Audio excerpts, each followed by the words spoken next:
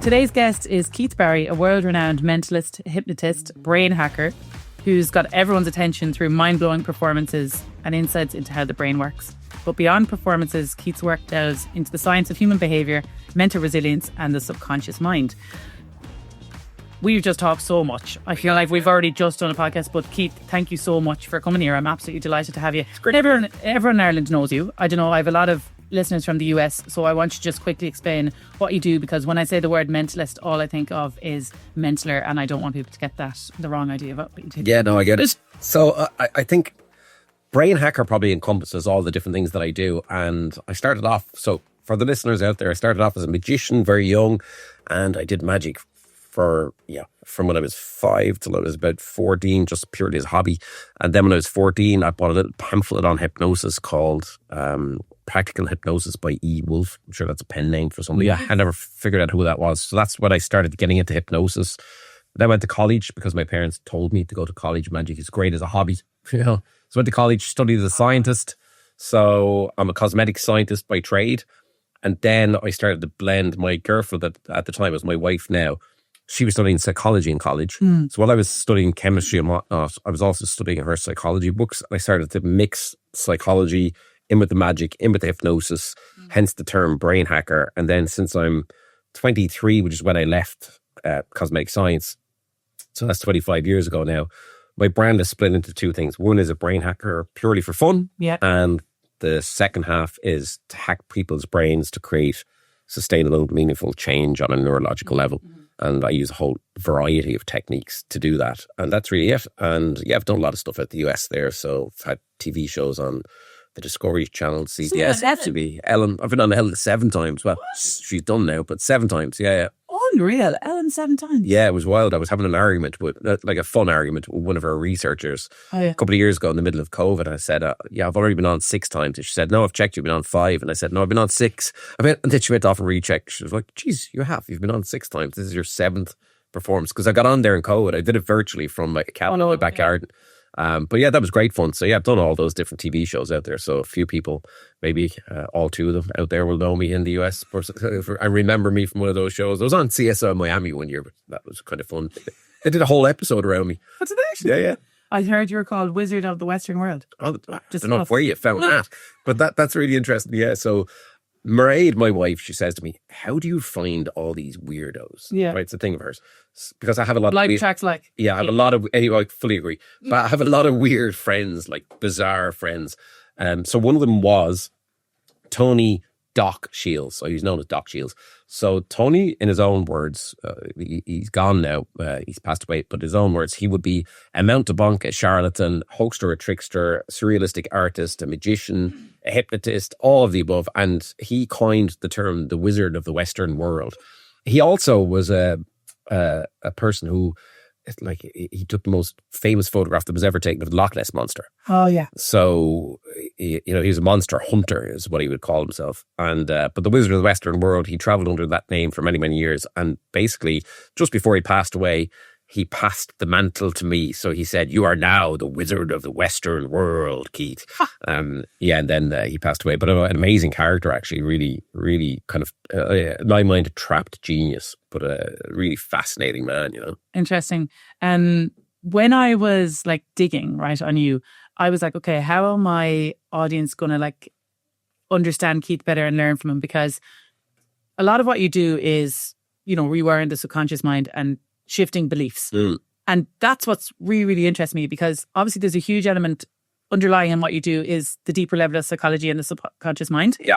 Which is like, we talk about magic tricks and all that side of it and the illusions, but that's really where the benefit is for people listening, is that you have the ability to rewire.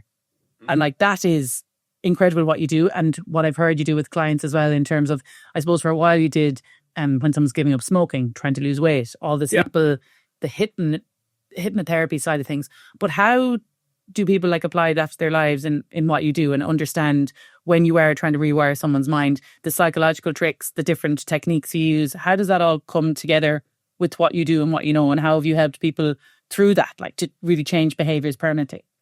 So, look, we could talk for a long time about this, but I suppose to unpack it as best as I can, I mean, the way I do it, first of all, is sometimes I'll do one-to-one with clients, and sometimes I'll do seminars where I'll take a bunch of people, predominantly business people in my world, where maybe they're trying to create something, maybe they've got a problem or an issue that they're trying to solve, and I'll do a seminar. That seminar will be all-encompassing for all of the people there.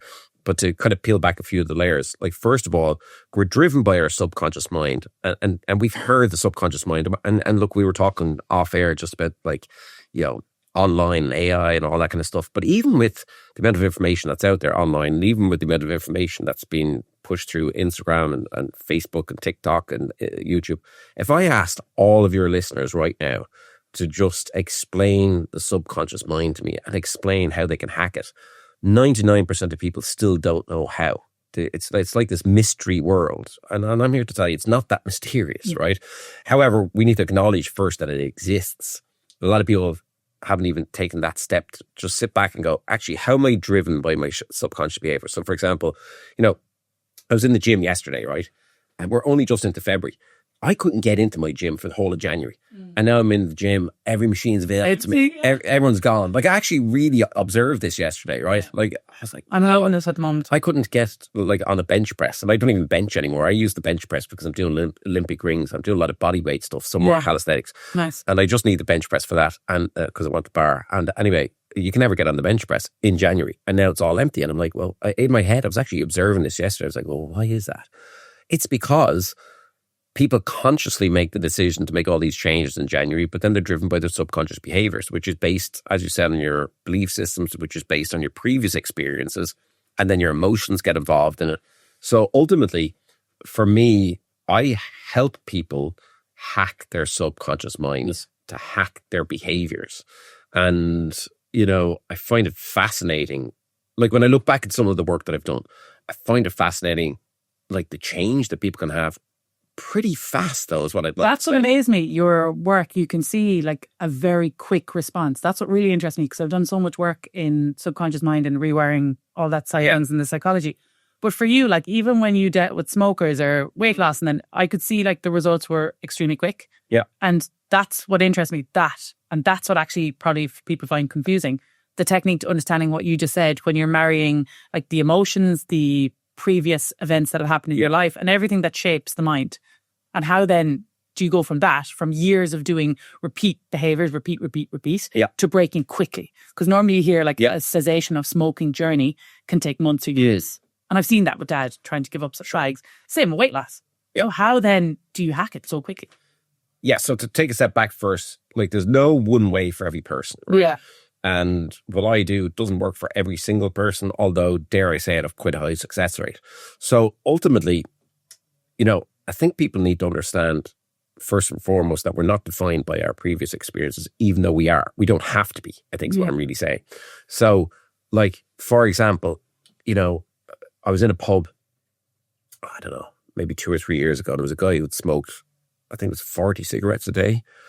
And I was just at a friend's wife's birthday party, right? It was a 40th birthday, actually.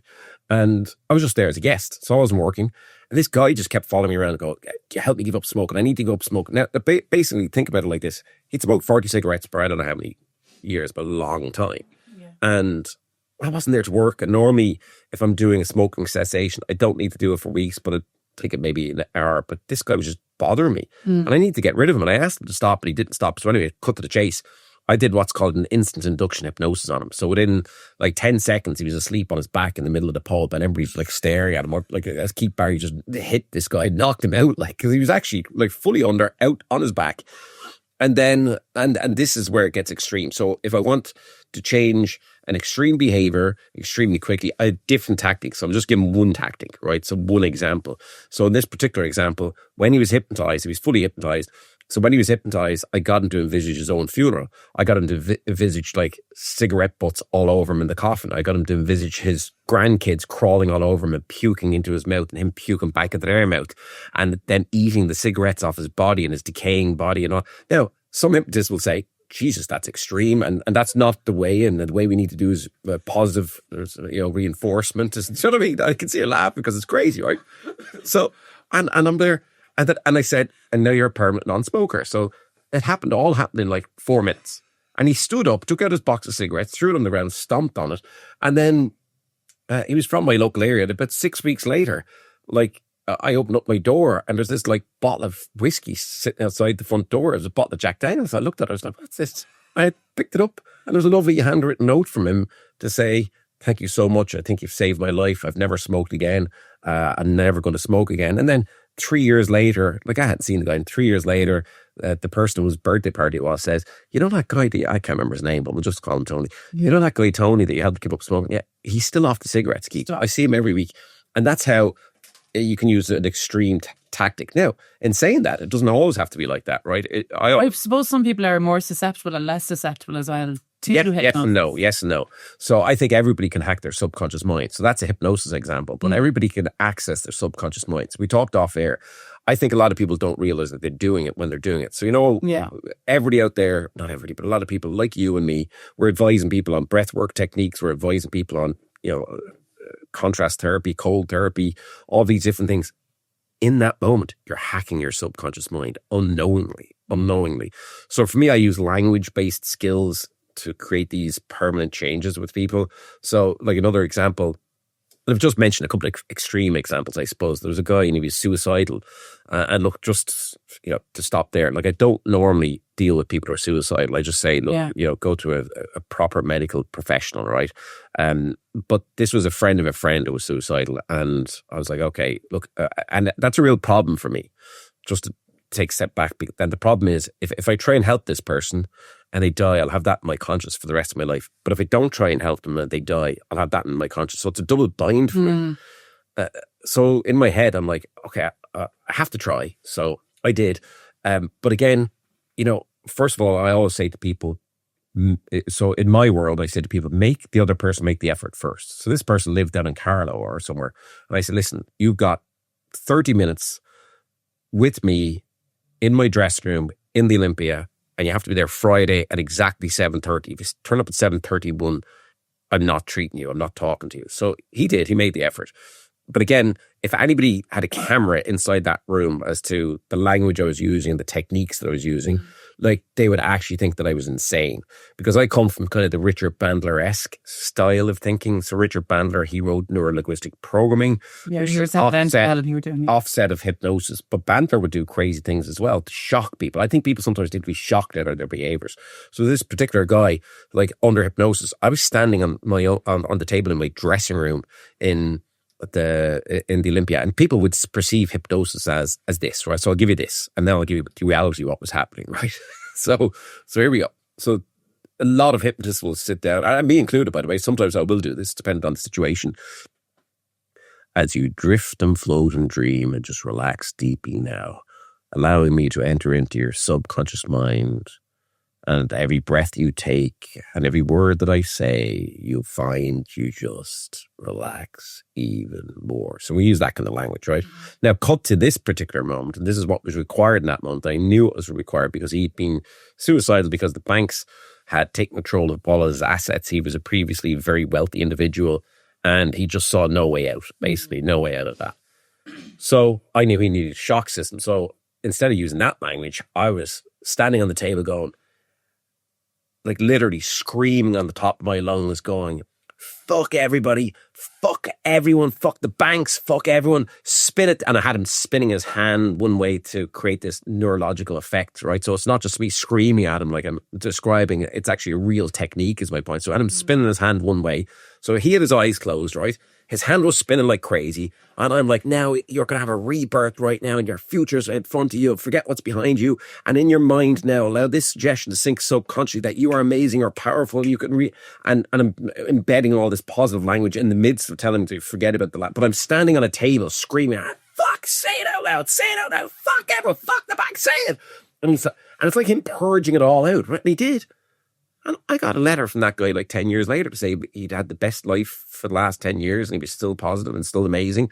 And not under my advice. The next day he walked into his bank and he told his bank manager to go fuck himself. And not that that's the best course of action, but it was for him, because then he got a new deal with the bank because he managed to figure out a way to restructure his finances and whatnot. Now they're extreme, right? Now, other times, depending on what it is. Like, so in the world that I'm in now, I deal predominantly with athletes and business people. So with an athlete, like, they're about 20% more prone to get an injury if they're not getting 7 hours unbroken sleep a night, right? And we all are. So then with an athlete who's attempting to sleep, I will slow down my voice and just allow them to use my voice to guide them into deep relaxation and sleep.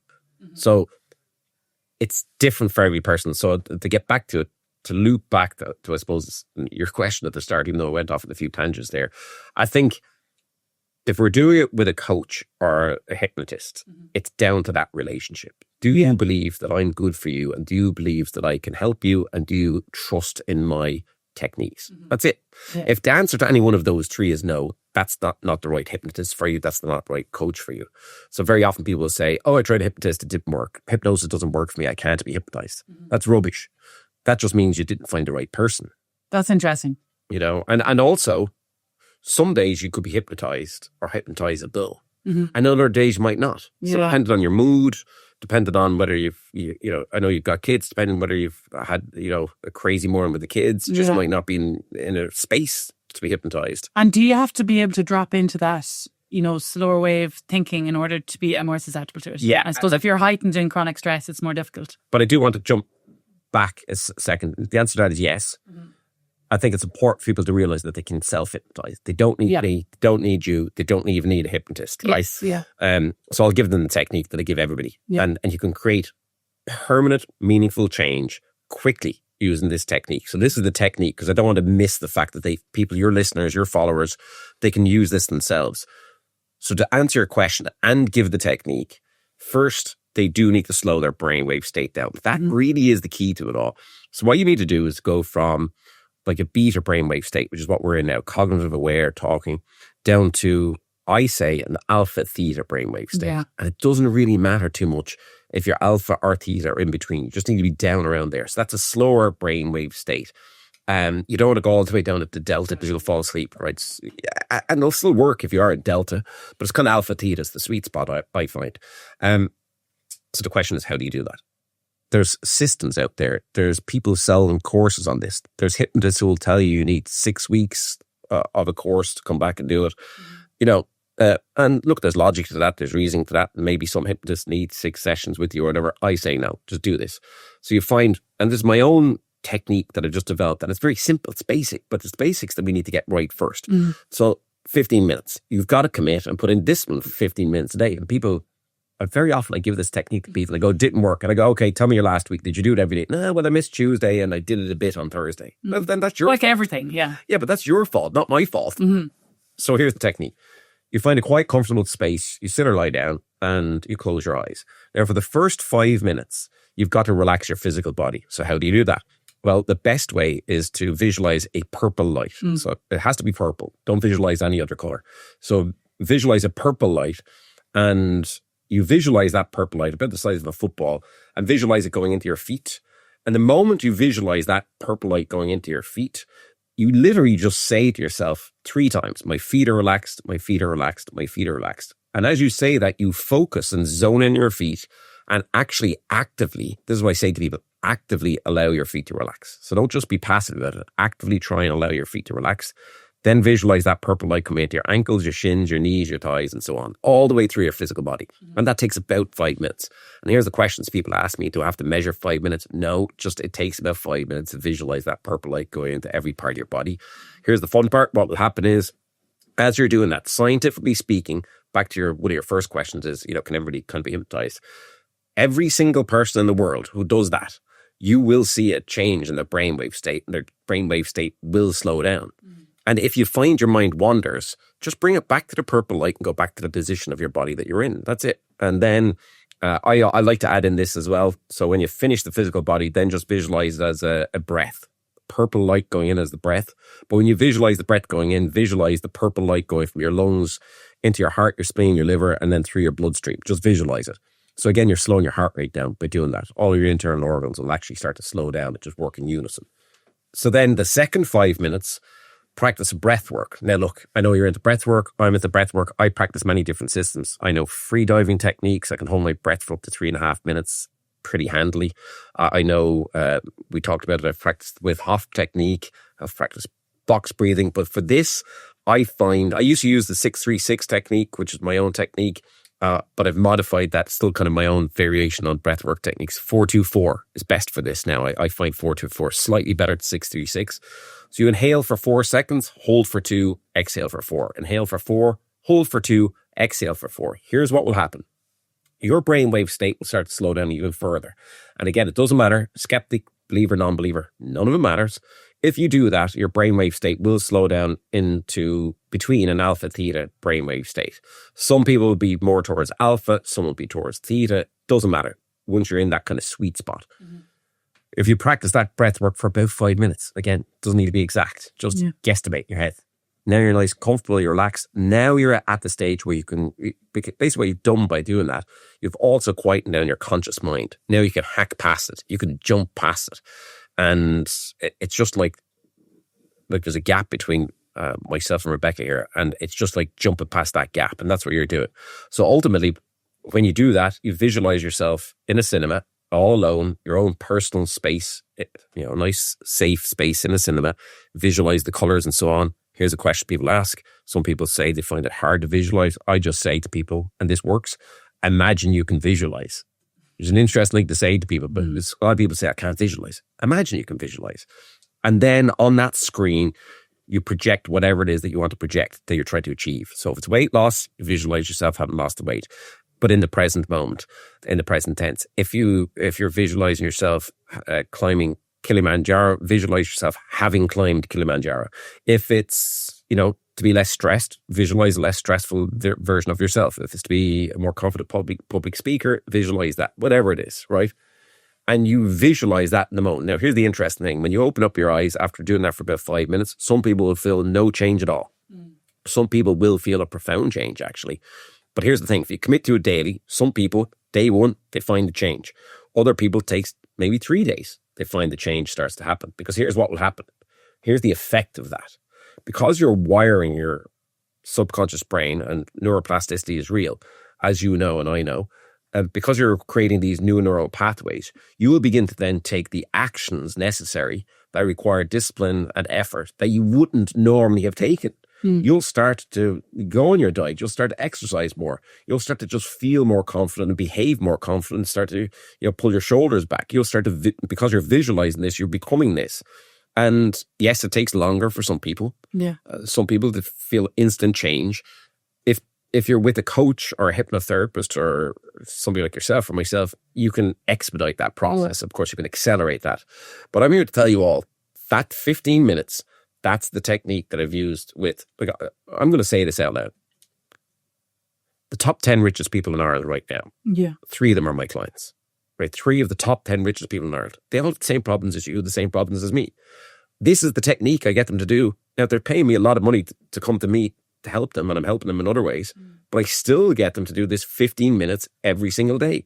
And these are clients of mine for a long time because it works. Yeah, it's funny you say that because originally a lot of my coaching was a focus on the usual stuff like the nutrition, the hormone balance. And now it's really transitioned towards that. Very similar meditation is a huge part of the self-belief they're trying to foster, and them doing that daily as a part of the program, like a deep part of them actually having the self-belief. Because if you can visualize it, you're obviously much more likely to do the actions and have the result. But that's why I say to people, if they find it hard to visualize, imagine you can visualize. It's kind of an interesting way to do it. Or, look, it's cheesy and corny as it sounds.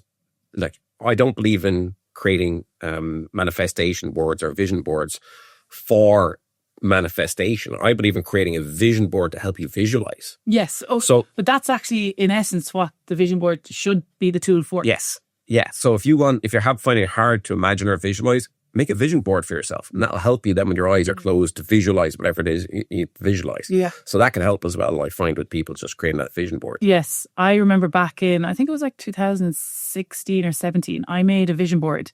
And twins were on the vision board. But I obviously had the twins in 2020. Yeah. Anyway, there was other things on the vision board that all like manifested. I came through, even some of them that probably I shouldn't have put in the vision board that actually weren't in line with my values. But it just shows the power of when you can visualize, and if you see it often, it's just imprinting that into the mind that this is real. But I think that you've hit upon a really key point there, and you don't even know you hit upon it, right? So I'm mad into teleology. So teleology is the study of values. But you obviously knew what your values were then. You most likely know what they are now. I bet that, I'm not going to say 90%, but a lot of people out there have not got their core values defined. And actually, defining your core values isn't as simple as one thinks, because people think we should all have the same core values. But actually, I realised my core values are actually a lot more mundane than I ever expected. So like I said to you, I lived in Dubai. Yeah. And it was literally the opposite environment of what was in line with my values. The opposite, in almost every way. From the lack of greenery to the superficiality of it, everything. And when you're actually living a life that's not in line with the values, is not only draining, but you can't achieve purpose or passion easily. And that's, I think, a huge part of even the behaviour change element. If you can't live in line with your core values, it's very hard to change any behaviours as well. One of my top core values, it's strange because look, a lot of people out there, their core values could start with, like, I don't know, maybe honesty or trust or something. Yeah, they're important, but they're not. That's not my top. No. My top is curiosity. Yes. That's my top.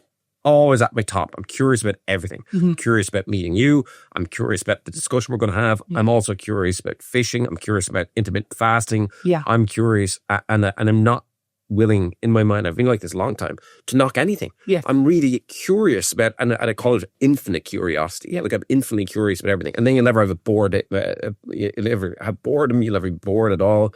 You know, boredom just doesn't exist. It doesn't exist, yeah. And then, and I know it's actually okay to be bored sometimes if people feel like, maybe you're a type of person who needs to be bored to relax. Yeah. I don't. Like, I need to be switched on, clued in.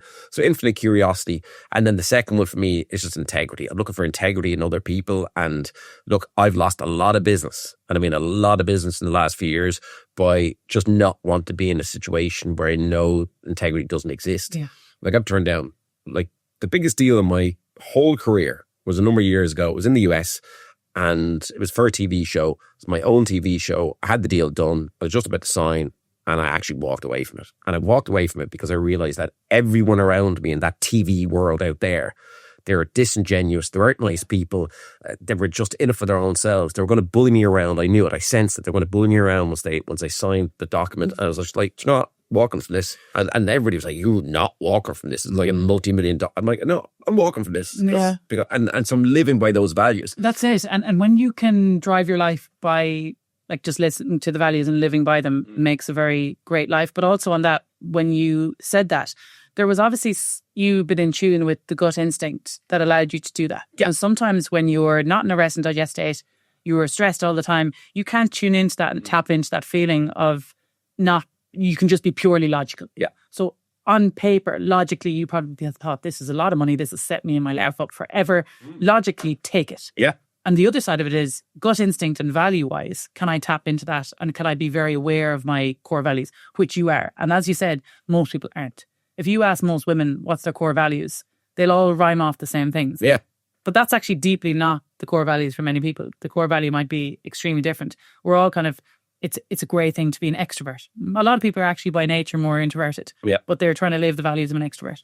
Well, just on that, right? So again, a lot to unpack, but like, I talk a lot in my keynotes about purpose, right? And it's so interesting to me that corporations all around the world, they've got their corporate vision, their corporate purpose clearly defined, right? So that they get the team go in, they define the corporate vision, the corporate purpose, brilliant.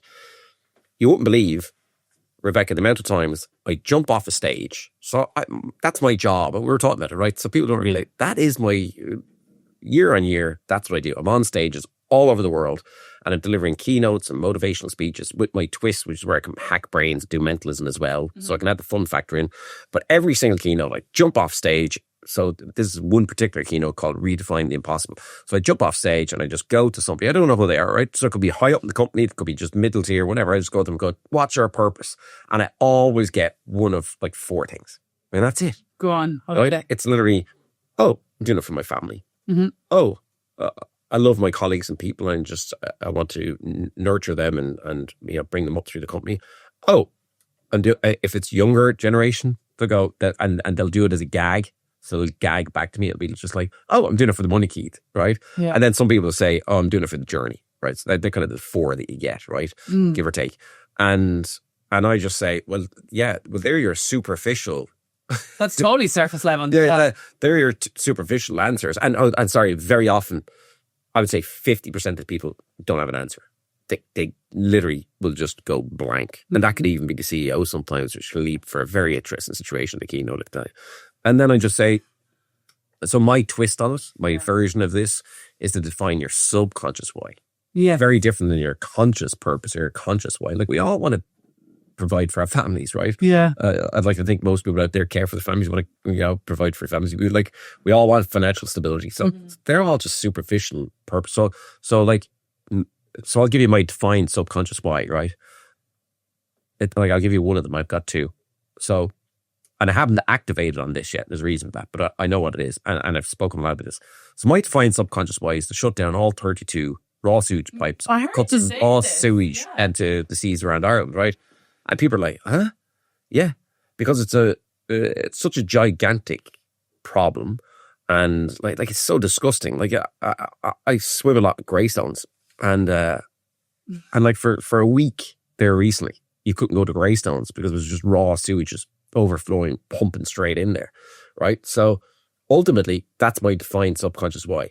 And I found that through a process that I bring people through to find their subconscious why. But if you don't go through, it doesn't have to be my process, but if you don't go through some kind of a process or do as you did, like have a pen and a piece of paper and actually put some thinking time in. I'm old school journaling, like at least 20 minutes a day. Yeah, but it's brilliant because you put your thoughts down the paper. When it goes to paper, it becomes a thought that you can look at, you can tangibly touch, and then you can act on it. But if you're just flying around your head, like I should journal more, but I'm actually gone really good for me. And this is a new technique I've used in the last 6 months. Just have it on my phone and my notes. So the notes is so helpful for sure. Yeah. And that's it. As I think as well, there's like a lot to be said for having some level of a brain dump every day onto paper or the notes app because like think about it now, we're obviously so much more bombarded with information. Even when you scroll for 2 minutes, you're getting this overload of information. We're not meant to process like that. So we do have to find a way to process it differently, and that may be physically writing it down and having it in front of you. Well, I'd say to people this, okay, I think podcasts are great. I listen to a lot of different podcasts because I think podcasts are, if you find the right podcast, they're informative or they can be entertaining if you, for sure. That's what you want. But like, I think this one was entertaining, Keith, I have to say, so far. Well, I don't know. Well, up on the table. We'll make it entertaining. I'll hack your brain in a second. Or I'll try to at least. But ultimately, I think it's so important for people to not get caught with the scroll. And like that's a whole podcast in itself. It is. And I actually listened to you in a podcast about this, but it made me think so deeply about it, what's happening when we are scrolling and what's happening to the subconscious mind, and you're feeding it information continuously. Like, and I said this the other day to my clients, right? The other day I looked at a video of a piss take of Trump and I found it so funny. I watched it like 3 times. Guess what my TikTok algorithm turned into? Just politics. Literally Trump and politics. Yeah. And I was like, wow, like that's how quick my whole thought process could change. Yeah. By just that. So like what you watch as well, like some people's TikTok or Instagram might be highly informative, educated people, and they're getting great information on a day-to-day basis. Great. Others might be clickbait and other crap that I was seeing for like 24 hours until I watched a different video to tune it up. And that's like, I think people don't think about that. They just think, oh yeah, stop scrolling so much. Why? If you have the deeper rationale of why you're not going to be addicted to scrolling, which 90-something% of people are, how is that person that's the 1 or 2% of people that isn't addicted to scrolling, how do they process it, understand it, what behaviours do they do? Because they're a minority now. Well, I think the first thing you need to understand is this is so important. So like I love saying things that I hope will make an effect. So somebody made an effect on me the other day. It was really, really interesting. And it's just one sentence. And I'm always listening for a sentence that could change my life. And this, I think, might change my life. It was something like this. It was like, ask a healthy man and he'll have 1,000 goals. Ask a sick man, he only has 1. I'm thinking, right, I really need to look after myself here. A sick man only has 1 goal, to stay alive, and that's it. But if you're healthy, you can literally do 1,000 different things. And I think that's interesting.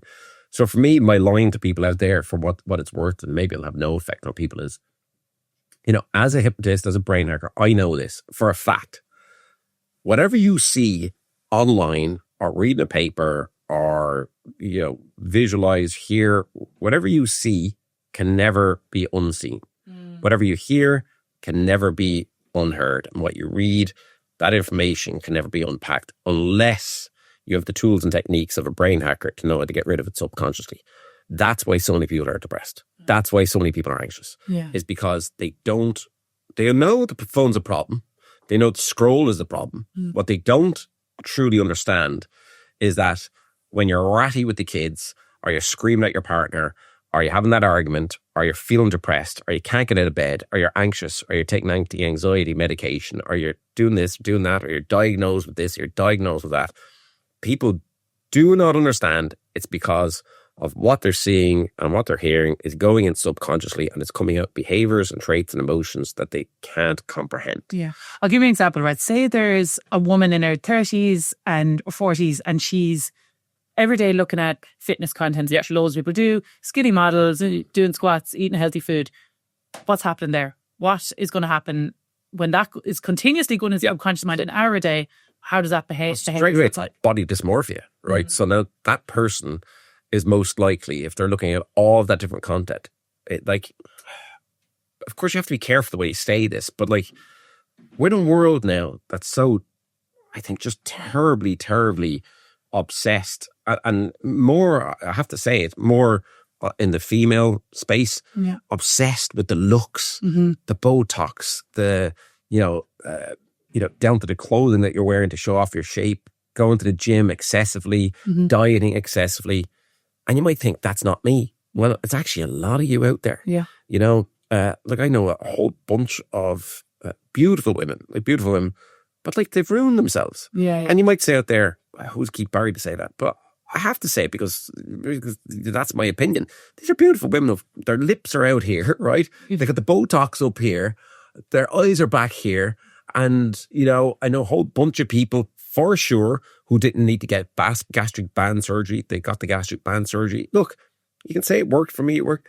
But like, can we just take a step back here and go, 30 years ago, this didn't exist. Yeah. It only exists because of the scroll. And it only exists because, back to your question, is you're just comparing yourself consistently to all these beautiful preen and prune people who actually, I deal a lot with like just different people from different walks of life. And very often these people with perfect body specimens, and they're putting out perhaps content on mindset and mindfulness.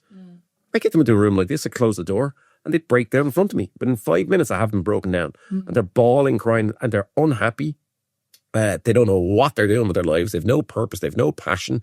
And they're just lost. And, I think it's important, to actually state that doesn't have to be the way. And the way is, I suppose, filtering your information so that you understand, what you're feeding your brain. But on that final point, like, I think we're all too obsessed with information.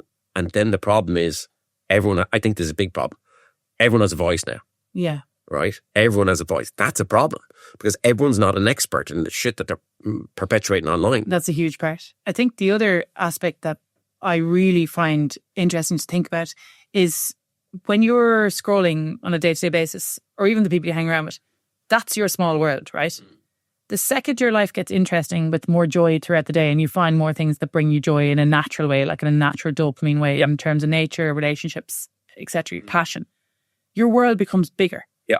So then you don't hyper-focus on the smaller things. So like if I have a client that's happy with her life, her relationships, she's outside a lot, she has hobbies, she doesn't possibly have the headspace to over focus on calories and her body and super focus on it. So like I think a lot of women's worlds, and men's actually, because there's a lot of body dysmorphia for men too, are gone so small because we're spending a lot of our time and energy on a phone, which brings our thoughts to people on the phone and the content we look at, which makes us then, comparison is the thief of joy, right? But if you take a step back and you create a bigger world for yourself, you're not going to hyper-focus on the wrong things as easily. And it is a lot about not just distraction, but like you say, purpose, but not just in terms of the work sense, but also the sense of everything you spend your time with. And that's what I'm really conscious of, like my kids are 4. And I'm like, okay, how am I going to give them a life where they're really stimulated and curious all the time so that they're not going to hyper-focus on, disordered eating or like specific things that, too much scrolling. And you have kids, what are they, 11 and 14? No, so 16 and... It was an old podcast I listened to. Yeah, 16, 13. 16, 13. So like, again, I always want to take a step back at this moment in podcast to also acknowledge, right? I think sometimes you're guilty of this and I'm guilty of this, that we share information and we share what we think is useful information. We share the best versions of ourselves. You're probably better at it than I, of sharing kind of insights into your flaws and your weaknesses. And so you're a little bit more personal, but whereas I keep my personal life personal. Mm-hmm. But I want to acknowledge the fact that, we have bad days. We don't have all the answers as, influencers, as a brain hacker, and for me, I do have some of the answers though, for sure. Mm-hmm. And I know I have some of the answers because I like to think, at least, if I drop dead tomorrow, I always say this to myself, if I drop dead tomorrow, what am I leaving behind? Have I got two stable human beings, as in my children, or are they like, are their heads just wrecked and messed up, and are they confused about the world? I would like to think at this moment of time, I've got two stable human beings, and I think they'd survive in the world. If me and Marie drop dead, God forbid, tomorrow. And I've created that. It's not by accident. Mm-hmm. So I'll give you two quick examples. So one is, if you look in the back of my car right now, it's full of fishing rods. So all I'm thinking about now, not at all, I'm present and in the moment, but I'm thinking, can I catch the tide after this podcast? We're out here in Swords. I'm going to Sutton to go fishing. Mm-hmm. That's what I'm doing, right? I'm not doing that just because I love fishing. I do love fishing, but I'm doing that because I know my brain needs that. It needs to unpack. It needs to just let loose, right? And I think we need to find ways in nature for everyone. Everyone has to get into nature. You have to get into it. So for me, we talked there, like we could talk forever, the two of us, because it seems we're more aligned than we knew. Like you were talking about the fact that you had an allotment one time. Like my back garden, if you saw it, is just packed with containers, vegetable plots, and I'm all into the veggies, right? And I can't wait till spring comes. Like in a couple of weeks, I'll be out there planting. I've got Michael Kelly's book, GIY, the new one, and I'm reading it month on month. What can I plant right now? So I'm crazy about that. But then I loop that back to my kids, right? So the first thing that we decided, best rule we decided ever, was that pretty much when the kids were born, everyone would sit at the dinner table when I'm home, because I travel a lot, but we'd all sit at the dinner table and there's a phone stack at the end of the table. Mm. So no technology allowed at the dinner table. Hard rule, no technology, and we're all sitting at the dinner table. Brilliant, because we get to chat to each other normally. But here's my top tip for somebody who's got 4-year-olds. Obviously, nature is at the very top. So my kids still love, they'll do anything to get into a forest, go for a long walk. We were in Dunleary Harbour the other day, and a few weeks before that, Dundee Forest will do that. And they're getting it, they're fit. My kids are fit, so they're into hikes, right? But the best thing I say to people to do, and this is going to sound like people are just going to go, really, is board games. I heard you talk about chess. Yeah, you're big into chess as a fan. Not just chess. Like, I'm talking any board game that you can get your kids on and play it regularly. Not just board games aren't just for Christmas. That's what I say to people. It's so funny when you say board games, right? We were never a board game family, and I'm really wanting the twins to like board games. Yeah. But I don't yet love board games because I'm not familiar with them, right? Yeah. So I remember the twins dad, my ex, right? Before his family's big into board games. And I literally one day remember I felt like I was being forced to play board games, and I was like, get me out of here. It's a board game. Get that. This is fake fun. I don't want to be forced. That's that. But I understand though. It hit me like, because I understood why that triggered me, whatever. But it made me understand why it's so beneficial to do board games, because you learn like social cues. Yeah. It's time without phones. There's so many benefits to a board game, and just like mental sharpness. So like now I'm even learning, I've never played Uno before. The other day I was like, right, we're going to learn how to play Uno. Or at the Christmas, there was lots of games. But you're right.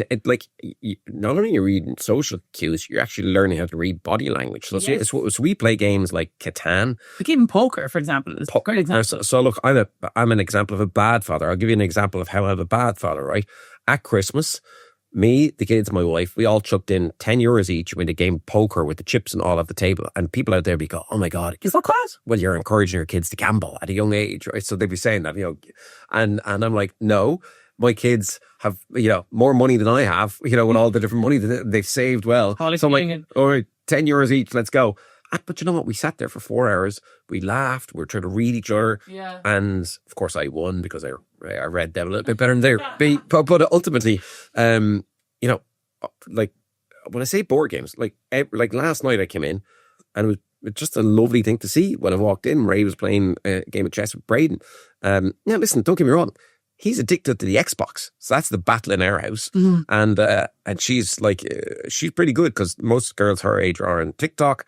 But she is on, what's the other one? Snapchat. So Snapchat is her thing. So they've always, you can't stop them from scrolling, but I can say you can distract, and you have to, again, I'll also say this, right? You're going to find this as you go along. Unless you're better than me, people have these family plans where you can shut down. I'm telling you now, kids can hack around that. Yeah. Like, it's really hard to see. All you can do is advise your kids on what they're absorbing online. You just hit on a really good point, though. If your child's life is fruitful enough and they have plenty of different hobbies, like they're watching you fishing, that's already going into their mind of thinking, okay, I'm going to get a hobby like Dad.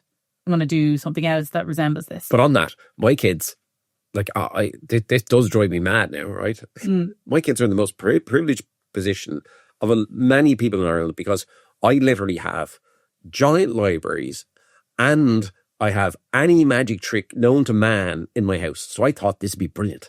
My kids are going to love magic. Little book or and they're going to get out there, and they have zero interest in magic.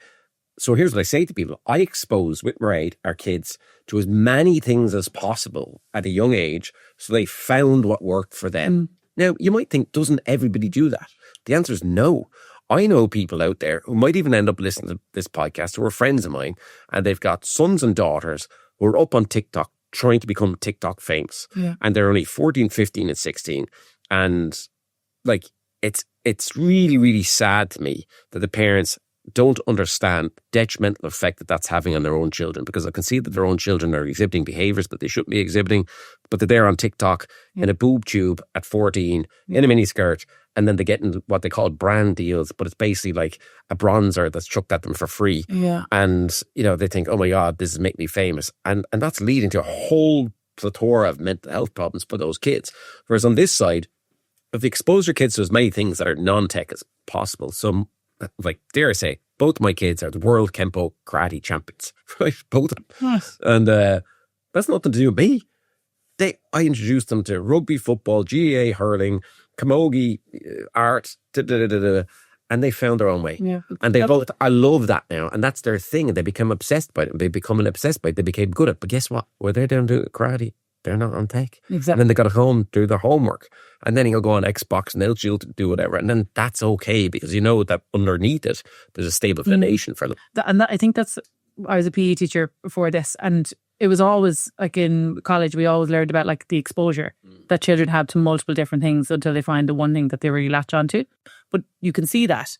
You just exactly explained that. You have to give them multiple things to be exposed to. So if you live in Kilkenny, for example, 20 years ago, and the only option for your kids to do was hurling, and they didn't like hurling, okay. Yeah, you're done. But that even kind of exists now. Yeah. So some people... Even your family culture, like what the family deems acceptable to do as a hobby. Yeah, and then I will also say the really good thing to teach like 4-year-olds, for example, and I really believe in this, is to get them immediately to start thinking outside the box. Yeah. So I used to say to my kids, yeah, go in today, and do you know what you need to do? So I still say this to them.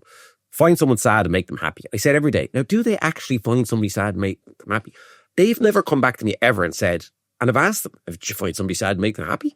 And they go, oh, Dad, go away, Dad, you know, be on, man, you know. But I've said it to them pretty much since they're born. Find someone sad and make them happy. And then I'm like that stupid dad. I open up the door and I go, bye, kids. Have a great day at school. And the rest of the ground, or even like in my boxers. And like, we're in a housing estate, so everybody's like, the kids are embarrassed. And then I would say to them, NGU, never give up, NGU. Now, here's the crazy thing, right? I know that actually all is seeping in. Yeah. So, and the other aspect of that is that you don't care what other people think. That's teaching them that value. So that's my dad all over. I'm trying to teach that to, like, it's so terrible to teach that, but I'm trying to share that knowledge with my wife, Mairead. I'm like, she's like, you can't go out there like that. You can't do that. And I'm like, Mairead, I bought her book for Christmas, The Subtle Art of Not Giving a Fuck. Oh, I've read that. Yeah. Great book. Yeah. And it's that book is about subtle art of not giving a fuck without hurting other people. Mm-hmm. I think they should have put that underneath, because that's what the book is about. Yeah. Right. And but to loop back to it, 4-year-olds, teach them the alphabet backwards to begin with. right? Yeah. So when the alphabet said in school, so I did that with my kids, and I got a note home from the teacher to say, you know, we need you to come in. We think your daughter might have dyslexia, and I'm a wind-up merchant. I was just like writing, these were notes coming back in her homework book, and I was just like, no, she's just thinking outside the box. So in the next class, can you just say the alphabet backwards, just like she can? You know, and just winding the teachers up, right? But I did lots of things like that when the kids were young. Like lots of things to get them thinking differently. Yep. Like, you know, when people say, oh my God, this is so dangerous. We're in a world now where kids can't climb a tree without everybody freaking out. I'm like, go to the top of the tree. And then they'd say, I'm stuck. Like I remember my kids, when they were your kids, I'm stuck. And I just look at them and go, tough. Figure it out. If my line was always, if you can get up, you can get down. Right? It was always that. You know, and I always encourage kids to do dangerous things. When I say dangerous, within reason, right? But to push themselves outside the comfort zone, because that's how they explore, that's how they have fun. And again, how do I know the problems that people are having out there? Well, first of all, my clients are predominantly, as I said, business people or athletes of a certain age, we'll say, because most of them have kids. You wouldn't believe the amount of these people come to me about their children, and their children are suffering right now. And I don't think it's being acknowledged, Rebecca, that like there's an avalanche of mental health problems. And we know that there's a lot of mental health problems with teenagers and so on, but it's actually an avalanche, I would call it. So in why? That's it. I know why. I know why as well. In 2020, I finished teaching in that school in England. There was 2,000 kids in it. And it was the first time I really saw what was happening with social media in terms of what was happening in their brains and the level of anxiety and depression in so many of the children, but also the sleep deprivation as a result of it all. It was like a cocktail. And I can completely see now why, of course, more than ever, there's going to be mental health issues for teenagers and children. Yeah, and so the first thing I say to somebody, right? So I'm going to scream from the hilltops if anybody listens to me out there. People come to me for help with their kids. First of all, I'm not qualified to help children, so I just step aside and I give advice to the parents. And I say, listen, here's some advice, and then go seek a medical professional. The problem there is the medical professionals, for the most part, don't really know how to help, right? You know, so I'll give an example. Somebody recently, their child was diagnosed with ADHD. Fine, okay, it is a acknowledged diagnosis, right? And we have to acknowledge ADHD does exist. We know it exists. But does it exist with the amount of kids that are being diagnosed? Well, the answer to that is probably not. So why probably not? Well, because they're being diagnosed mainly through an interview system, right? By a professional who's just taught basically to tick boxes and then gets a diagnosis, and there's the diagnosis given. And as you will know, more than most people, the first thing I say to somebody who comes, because I've asked many people this, did that person just start first with, what are you feeding your child? Like, what's the child eating to begin with, to exhibit these behaviours? And every single person I've asked that says no. They just tick boxes and then they're immediately medicated, right? Because of the behaviours that they're exhibiting. And I say to people, okay, well, check out, are your kids eating high fructose corn syrup? Are they eating a high level of sugar in their diet? Are they eating whole foods? And just start with the basics and see, can you help yourself alongside, if you believe your child needs to be medicated, fine, but and is being diagnosed as such. But there's just other things and other ways, which is diet. What are they absorbing online? How are they spending their time? Who are they spending their time with? All of that comes out in behaviour traits. And I'm not talking about just ADHD, just in general across the board. So now all of a sudden you've got all this different anxiety, ADHD, OCD and all this. And then like we're in a world where we need to take a step back and go, what's causing all this? Yeah, no, but that's exactly it. Everything is multifaceted. There's no way a nutritionist can help with one thing unless she takes an all-encompassing approach. Yes. It's like everything. And we're only coming to terms with that now. Everything like ADHD, autism, there's many things coming in and influencing that. And on the continuum of it being very severe or mild. And there's like a 1,000 factors that influence that. Yeah. And that's very interesting to look at that as a concept. And it's the same with behaviour change, or when someone is exhibiting behaviours or trying to change behaviours. There's not one thing. It's like multiple things that are designed that current circumstance. But that's where I think we're so far behind here, specifically in Ireland.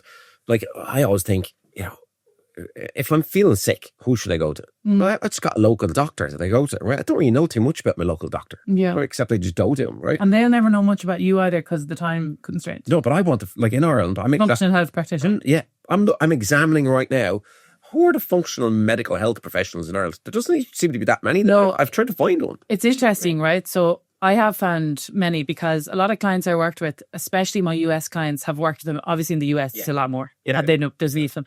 And now it's, more in Ireland, a little bit more in Ireland. But that whole concept is, okay, look at that, why that model works, okay? Yeah. Because they take in the whole person in a more holistic way, even though that dirty word holistic now is not how it should be. But I mean the all-encompassing approach. They sit down with the person for, 20 minutes instead of 5. Yeah. They get to know everything about the person, from their sleep habits to their nutrition habits to their mental health. Of course, you're going to be able to treat someone better and give them proper guidance of not just medication, but multiple ways to help them when you're in that space. And a lot of people need medication. The problem is it's not the amount of people that are currently on medication need medication. That's the problem I have. And I always remembered years ago I heard this. I never really dug too deep into it, but I remember somebody telling me, or I read somewhere, that in China, at least a number of years ago, you would pay a retainer to your doctor. So you pay your doctor every month to keep you well. And when you got sick, you stopped paying your doctor. So he's not in the retainer. So his job is to get you better so he can get you back. I thought that was a really interesting model. Like, it is. Your retainer. Like we're paying a fee for a podcast, we're paying a fee for your phones, we're paying fee. Like, why not pay a retainer to your doctor to keep you well every month? I thought that was a really interesting model. Again, it's not one that I've seen anywhere. But functional medical health, I think, is eventually where it will go. And well, it has to, yeah. And that's it. When you look at even the model, like you say in Ireland, like we're globally like pretty ahead in ways, but also so backwards in other ways. But now people look at it, and that's all you ever hear when you're in the health space is, oh, my doctor didn't know how to do that. They didn't know how to test for that. They didn't know how to, they didn't ask me any questions. And that just makes you also understand in this decade now, in 2025 and beyond, you have to have that responsibility to become your own expert because no one else really is. So you have to understand that you're an expert of your health and you need to actually educate yourself and find out many different modalities and tools. But that's where I say, don't find it out all from Instagram, right? 100%. And this is the problem. Everybody goes to Instagram for their health tips. I mentioned a library. I've got a gigantic library and I'm very well versed on a lot of different things. And I like to think that I have the intelligence to pick an author, research the author, and then delve into their work, right? Yeah. And then I'll feel like I'm feeding my brain and my knowledge as opposed to just get these tips. I think a good example, like a current example that, at least some of your viewers will be aware of, like, is Gary Brecka, right? So Gary Brecka, he's the guy who, took Dana White and got him to lose all the weight and brought back his, the longevity studies now will say you've got this age, but you're metabolically this age. But like Gary, he grew his business. I think a lot of his stuff makes sense, but then I look at it and go, a lot of it doesn't seem to make sense to me.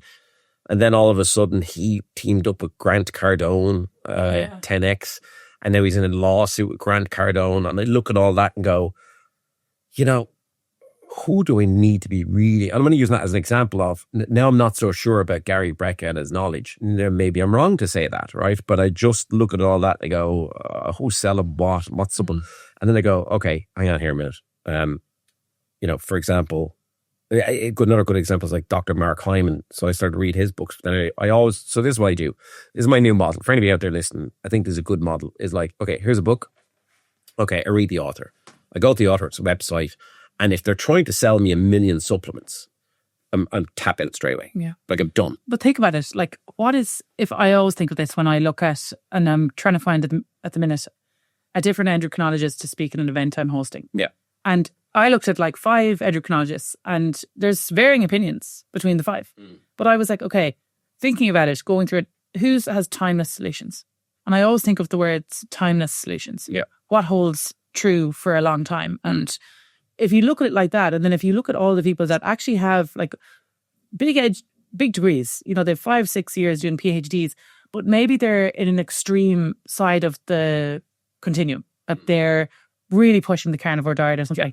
Then it's just important to take that perspective of, number one, you're the expert of your body and what you need. Yeah. And the other side of it is this something that's sustainable and long term? A lot of the time not. But it's like what we said earlier, like you've got a busy life, you've got kids, I've got a busy life, I've got kids. I do find intermittent fasting works for me. I do like 16-8 intermittent fasting. Is that feasible in the long term for me? I'm going to say it's not, right?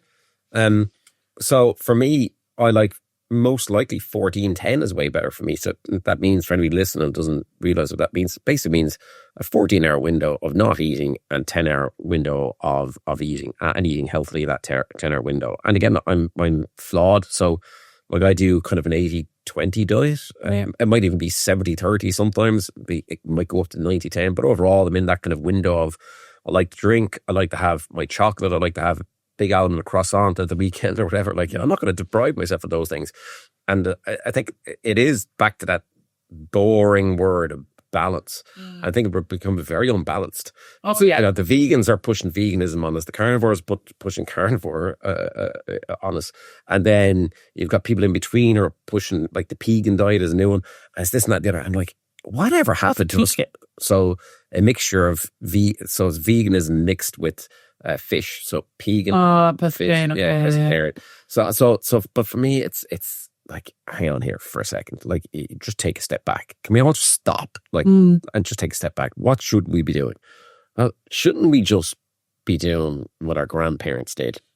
But they didn't get sick to the level we're getting sick. You know, they got sick at the end. But, you know, my granddad lived next door to me. We used to call him Gaga. And he would, like, all year round, pretty much, as best he could, grow all their own vegetables in the ground. And there was no pesticides, there was no nothing on them. Now, he smoked, but he still got into his 70s. They all got into their 70s, right? Yeah. And they were smoking at the time. And their mental health probably pretty decent. Yeah, it was fine. But the smoking is probably what eventually kicked in whatever cancers they got in the end. Let's be honest about it, right? If they didn't smoke, but ate that diet that they were eating, they probably would have. Like, I had one great grandfather I knew, Pop, he smoked, but he used this weird filter on it. So I think that kind of got him to his 90s, right? But here's the thing. To get back to, like, just stop eating shit, like. And it's not that hard. And like what you said, then find the diet that works for you. Like, you know what flares you up, you know what? Like, for me, right now, I've been very mindful of just my alcohol intake, because I've got one of those hiatus hernias. Yeah. And my doctor told me I should be on 40 milligrams of omeprazole a day, you know, to settle that down. And I know we talked before about probiotics. I was telling my wife, can you rinse and wash my sprouts, please, for her here today? But ultimately, long story short, I don't have to take any medication at all for my hiatus hernia once I just don't drink and then feed my gut what it needs to be fed. Everyone, you can actually do sprouts at home. Like, you can grow sprouts just on your windowsill. People don't know what we mean by sprouts. Sprouts are like, So they think Brussels sprouts. Think Brussels sprouts, right? We mean little seeds you plant, and then like a little sprout comes off them. You put them on salads, on soups, etc. But they're literally powerhouse of nutrients. And you can grow them at home very, very cheaply. And it's like amazing to do that for your health. Yeah, man. And I've done loads for years that way. And then obviously you've got the fermented foods. I just made my own, for the first time ever. I haven't tasted it yet, actually. I just made my own kombucha this week. Did you? Is it kombucha or kombucha? I say kombucha, but I don't know if that's right. Just like, is it kefir or kefir? I don't know, but I drink kefir as well. But I said it's kefir. Okay. I found a place, by the way. You'll be interested in this, not to jump off in tangents, but I just made my own kombucha, so I'm going to taste that today. You have to get a mother, which is called a SCOBY, which is, what's that sound for? It'll come back to be bacteria yeast. The BY is bacteria yeast. Culture of bacteria yeast. Symbiotic culture of bacteria yeast there. Yeah. But ultimately, again, packed full of prebiotics and probiotics when you're drinking certainly homemade kombucha. But yeah, like, I do a lot of different things for my gut health. Because my gut health inherently is quite bad, I think. But yeah, I think just on that one, right? And I'm just obsessed with gut health and sleep, and we'll get on sleep in a minute. But when you think about all this we're talking about, right? None of this matters a shit if your thoughts are negating all of this because of the gut-brain connection. So I always like to say that when we get into nutrition talk on this, because your thoughts can actually negate so much of the benefits of the digestion and absorption of them nutrients if you're constantly in that negative loop or you're constantly stressed. And I think that's such a good point as well. When you have, and most of our serotonin's in the gut, so if you're giving your gut what it needs, your mental health is going to be better anyway, and vice versa. So if you're giving the body, like, you know, that daily, the kefir, kombucha, whatever it is, and you're taking care of your mental health without too much screen time, that's like that really nice combination for you're absorbing the food and digesting it well, and it's more sustainable and possible. And if you're saying like the gut isn't in a great position, then it's like that multifaceted approach again of like your probiotics, your mental side of it, and then there's like, again, 10 other things that Keith needs to find to make sure that his gut is in a, you know, there's as much good bacteria in it as possible. Yeah, but you're right though. You can get all that right and get the mental part wrong. And I think it's just getting the basics right, not overwhelming people out there either with information. It's literally what you said. It's like, first of all, find just a whole foods diet that works for you. End of story. Works for you. That can be anything. Like it could be anything. Yeah. But just whole foods, like real food, basically. Yes. And I'm gone crazy obsessed. I already was, but I've gotten even more obsessed with just reading labels now and like properly reading labels. So I pulled something out of the cupboard the other day, and it looked like I'm going to say it. Well, no, I won't say what the brand was, so we won't get into trouble, right? I nearly would, but anyway, I won't get into trouble. But it was a certain brand of what appeared to be a healthy snack bar, right? So first of all, so can we say on these? Yeah. So first of all, the name would lend itself to being a credible health alternative and snack, right? So the name itself, I bet you know what I'm talking about. Yeah. So then I turned it over, and I said, okay, let me have a look at what's in this. So it was 56 grams of carbohydrates in 100, of which something like 52 grams were sugars. And that's because, and it was all natural on the front. So all natural, all this, no added sugars. And it's because it's mainly made from dates, right? So that's the glue that holds it together. But like lads and girls, like what the hell? Like you'd be sticking like that much sugar in their body in one go and expecting a healthy good from it. Yeah. It's like we said, you know, the way like a lot of people in the world are believing that AI is real. Like when there's, as we said, 1,000 puppies dancing in unison and mom's like, wow, that's amazing. How do they train them? I was like, okay, that's AI. That's like packets. Everything is pretty much fake. Yeah. Even the most credible brands still put on natural flavours, organic and all that. And that does not still mean that the product is healthy for you or is good for you or you digest it well or it gives you much nutritional benefit. And that's it. Like buyer beware. Yeah. Never has been more real. But the thing is, and you're absolutely right. So you got your whole foods here. And then if you just add in a small amount of your exercise, whatever that is for you, whether it's going for, you know, a long walk, whether it's going to the gym, whatever that is, right? And then your mindset over here, which can just be meditation. Like, let's be honest, it doesn't have to be hypnosis. Meditation or hypnosis. But they're deeply connected. They're cousins. I always say they're cousins of each other. Meditation, you're trying to think of nothing. Yes. Really. You're trying to be present in the moment and empty your mind. And over here with visualization or hypnosis, self-hypnosis, you're trying to visualize an outcome. Yeah. And you're trying to attack or get after the outcome to make it happen. But I practice both myself, right? Yeah. So I practice my meditation normally when I'm in a sauna, right? So I'm privileged and lucky enough that I have a sauna in the back garden. Didn't always have a sauna in the back garden, but I've got one now. And that's where I might do my meditation, is in the sauna. But for years, I just did meditation when I was in the bed or whatever, you know what I mean? Yeah. And, you know, I just think if you get those three things right, but understand that just get the basics. Yeah. Just start with the basics and then live whatever life you want to live. Like, I'm not here to preach, but just don't do 80% of the bad stuff to negate the good stuff that you're doing here if you get the foundation right. You know, try and live 80-20, 60-40 if that's what works for you. You know what I mean? Yeah, even if it's incrementally better than what you're originally... Any more than 50-50, I'd say no. You know what I mean? Try to do 60-40 or upwards from that on the healthy side of things. And then you're winning, I think. You are. We had that conversation yesterday. So I have a new intake of my 12-week program, the Rebalance Club, and we're on week 2. And on week 2, it's like a lot of work for me and the coaches because we're trying to educate and instill the tools into all the women that they can make their own dietary, path. Because I'm not saying to anyone, here's a meal plan, here's the diet you're supposed to, because there's like so many factors in educating them around the gut health side of things that suits them, different protocols, understanding what they digest well, understanding in the current, they're all globally everywhere. Yeah. So that's another important one. Like, where you are determines a lot of what you're going to eat in terms of like how expensive it is or what's grown locally or the season you're in, whatever. And a lot of people, again, that are in the US, it's very different to my clients in Europe. Yeah. And it's like, okay, that's not going to be sustainable for someone with a low income in the US eating this kind of diet. And it's like understanding that there's loads of factors that's going to determine your diet versus mine. Even we're both in Ireland. We're going to have different preferences. We're different genders, different ability to absorb and digest because of our gut health. I have a hack for the Irish people. Oh, hit me. Give me a hack. Hit me. Okay.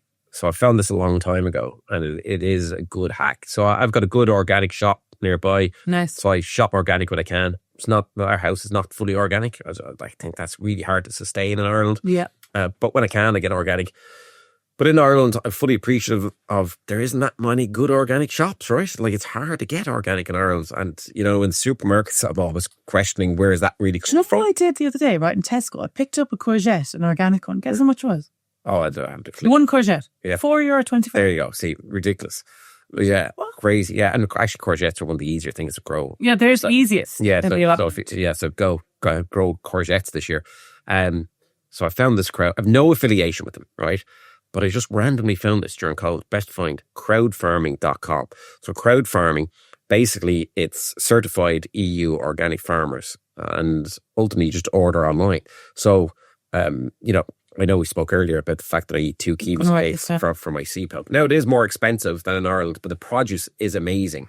And Keith has a book called Sleep Hacks, and we haven't even talked about sleep. That's okay, but I'm just saying that's where I buy all my kiwis from, is crowdfarming.com. Crowd farming. And you get everything. So they deliver in Europe like to Ireland as well? To Ireland, you get, you know, properly recyclable cardboard box with holes in it. Nice. Produce is sent straight to your door, and it's amazing. Like I get avocados, like I have anything like that. And it's all made in Europe. All made in Europe, all certified organic. If they're not organic, if they're aiming towards organic, it'll say it. You know, trying our best. Yeah, we're trying our best. But the produce is amazing. And by the way, sometimes you'll get a box just because they're shipping it, like from a real farmer. The real farmer shipping like person. But sometimes some of the produce will turn up and it has gone a bit moldy or whatever because it's organic. It's actually organic. And then you just take a photograph of it and you put it up. And you take a photo of the lot number and they'll refund you the third of the box or the half of the box that's gone off. Or if in one case, maybe in years of using this, I had one fully gone off. And they just immediately refund it, no questions asked, because you've taken the photograph and you've proved it, which is a bit disappointing, but you still have your money back, so it's fine. Yeah. Anyway, I'm not going to go off on the tangent about crowd farming, but I'm just saying for organic food, like I buy a lot from them.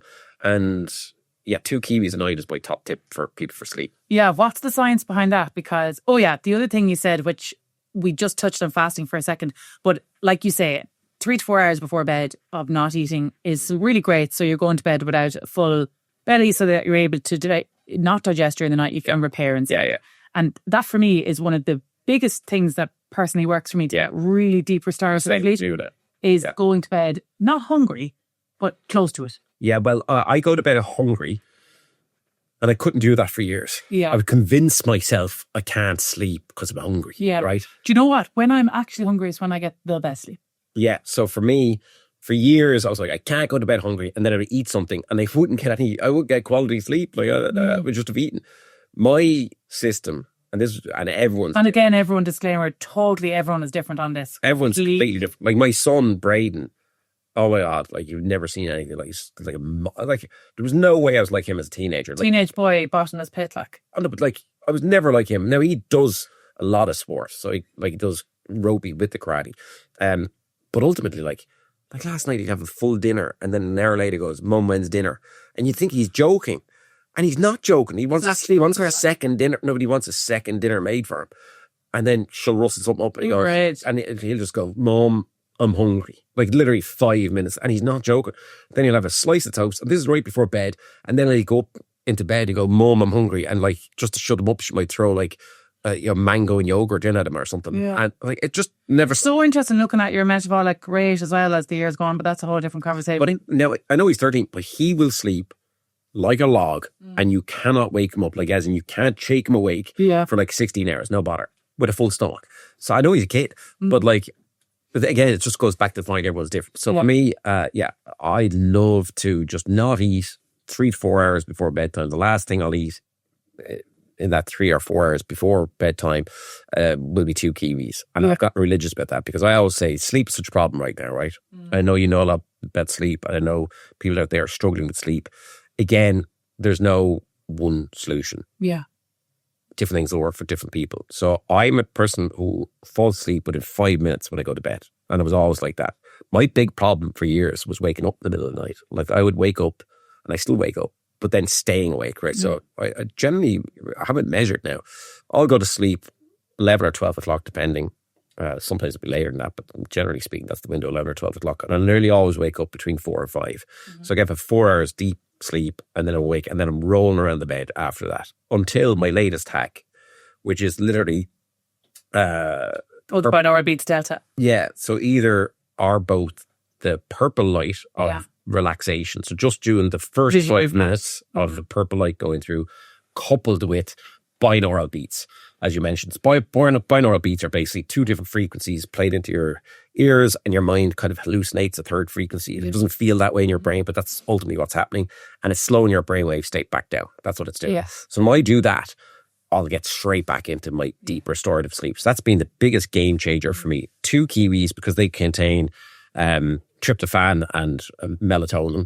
And ultimately, they have all of it in there. So they've got serotonin, which is a precursor to melatonin. They've also got tryptophan. But I found this in a study, basically, where they gave a whole bunch of people 2 kiwis a night. So they did a control group who didn't take kiwis. They did another group who took 2 kiwis a night for a couple of weeks. And there was something crazy, like 62% increase in the people who took the kiwis with deep restorative sleep than there was in the other group, the control group. And there's been other studies done on that since. So ultimately, I was looking at that going, wow, can this be true? So all the stuff in my own book, which is called Sleep Hacks, I tested on myself. Some stuff didn't work for me that would work perhaps for other people. I tried everything from the electronic sheets, the grounding sheets on the bed that are plugged into the wall. Did you try the mattress that cools down? Did you try that? No, couldn't afford the mattress that cools down. Come on now. Yeah, chili pads, the chili pads. Yeah, no, I didn't. Have you bankrupt? To be fair, no. They're weirdly enough, I sometimes tend to overheat at night in the bed, so I have to be careful what quilt is on the bed and stuff like that. I tried the buckwheat pillow. Buckwheat pillow for people out there. Highly recommended for a lot of people with back issues and neck issues. Is that the one that holds your head straight? No, it's not that. So buckwheat pillow, it's basically these little seeds called buckwheat. Yeah, Fusion China. Okay. And your head, it takes the shape of your head. Yeah. But it really supports your neck and so on. Absolutely useless for me. I gave it away. It was like 150 quid pillow, right? Just gave it away to somebody. It was like, it didn't work for me, right? But it could work for other people out there. Yeah. Well, my top hack is the binaural beats for people to wake up at night. Yes. The 5 minutes visualization using the purple light. 2 kiwis a night. Again, doesn't work for everybody, but it works for a lot of people. And you need to have those 2 kiwis for about a week before you build up the melatonin, you know. Do you know what's funny? Recently, I had predominantly a load of people come to me for sleep, because circadian health is like something I did a lot of research on because I had really bad sleep for a while. And I'm just obsessed with the whole world.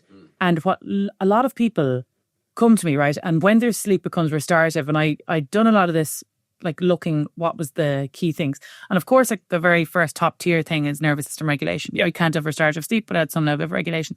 But then the other things, you can see the difference between different individuals in terms of like what works for them. So like that, I had a video recently that went viral, and it was like how to, when you have a 3 a.m. wake up, how to go back to sleep. Yeah. And I saw this thing and I tried it myself, and it put me straight back to sleep. Even the nights I was feeling like, oh, I'm overthinking here. So it was so simple. It was like a cognitive reshuffling kind of element to it, where you take a word like moon and MON. So you have 4 random words that begin with M, 4 random words that begin with O, so on. Yeah. And you do that multiple times for multiple meaningless words. And obviously your brain is like, it's not working too hard because it's just like a simple little thing, but it puts me back to sleep so quick. Yeah. That video was like mad. So I have a version of that, which is just where I get people to visualize, wake up in the middle of the night, or you can do it before you go to sleep even. So you just visualize yourself in a white room. So 4 white walls, white ceiling, and then you visualize the word sleep written up in kind of in giant letters, right? So it's a similar thing to what you're talking about. So you visualize the giant letter sleep on the wall in front of you. Then you go over with a tiny eraser, like a really small eraser in your hand. And you just begin to erase that out, right? And you're erasing that out. Now, when that's gone, then you take a Sharpie marker and you start in really tiny letters to write out the word sleep. So you just see yourself in your mind writing out the word sleep, almost like you're back in school again, over and over and over again. And it goes back to the age old. So the thing you're doing, the thing I'm doing, and the age old thing, counting sheep, it works. Because what you need to do is distract your mind from where your mind is going. Yeah. So very often when people wake up, they start to think about the stresses of the day that's gone. They'll go onto YouTube maybe. It's a big flaw of a lot of people I see. Huge, onto YouTube or wherever in the middle of the night. People think about the day that's coming. All these different things. They'll start to procrastinate. They'll get up and they'll start to wander. Like some sleep health practitioners will tell people to get up and make yourself a cup of herbs. I disagree with that. I feel that wakes you up fully because especially as well in most homes, you have bright lights in order to get to the tea. Yeah, it's not good. Like in my opinion, it's not good. So I find the most effective is use one of these cognitive distraction techniques. Well, that's really what they are. And again, I have you'd normally as well have like a emergency book, as I would say, under the bed. One of them books that's like just puts you to sleep, and I just pick it up immediately and read. If not, do that cognitive thing similar to what you said, or put on the binaural delta beats. Like there's multiple avenues depending on how stressed out. it needs to be a relatively boring, mundane book. Not a page turner. No, but one to keep that you're interested enough in to read. Yeah. Right? But so, example, I do exactly what you do as well. I generally do it before and I go to sleep because, again, I really find it so beneficial to read a book before I go to sleep. I just read 10 pages one night, 2 pages another night. But it really does just do something. Oh, it helps me so much. So I've got Rasputin's biography. The mad monk, right? But here's the thing. I'll never get to the end of it. It's this thick. It's like this huge big book on Rasputin. Yeah. And I'm kind of 2 pages you're out though. But I'm kind of interested in Rasputin, but not enough to keep reading it. I mean, like, so it's funny what he said, actually. There's a certain book that you need to be reading when you wake up. Yeah. Like, if it's too engaging, no. If it's too boring, your mind just will wander because you have no interest in what's on the pages. Yeah, I just need to tire my eyes out when I start going cross-eyed. I'm like, okay, put that down, go sleep. They need to call it, this is the 3 a.m. wake-up book. To make a book. Like, I think I probably had the best night's sleep in a long holy mile just last night. Yeah. Really, really. Like, I woke up this morning, I came bouncing down the stairs. Right? Yeah, you forgot your sprouts though. I did forget the sprouts. I was such good humor. I came down, I cheated on my fast. So again, I like people to know this. I like to know that we're flawed and like life is not rosy and perfect. And just the little flaws even sometimes. So, we talk about 16-8 fasting or 14. I mimic fast. I don't fully fast. So I don't eat any food, but I love coffee, but I'm not mad on just black coffee. So I allow myself a drop in the dirty fast, that's called. Is it called dirty fast? Yes, so yeah, I could prefer that term. It makes me feel good.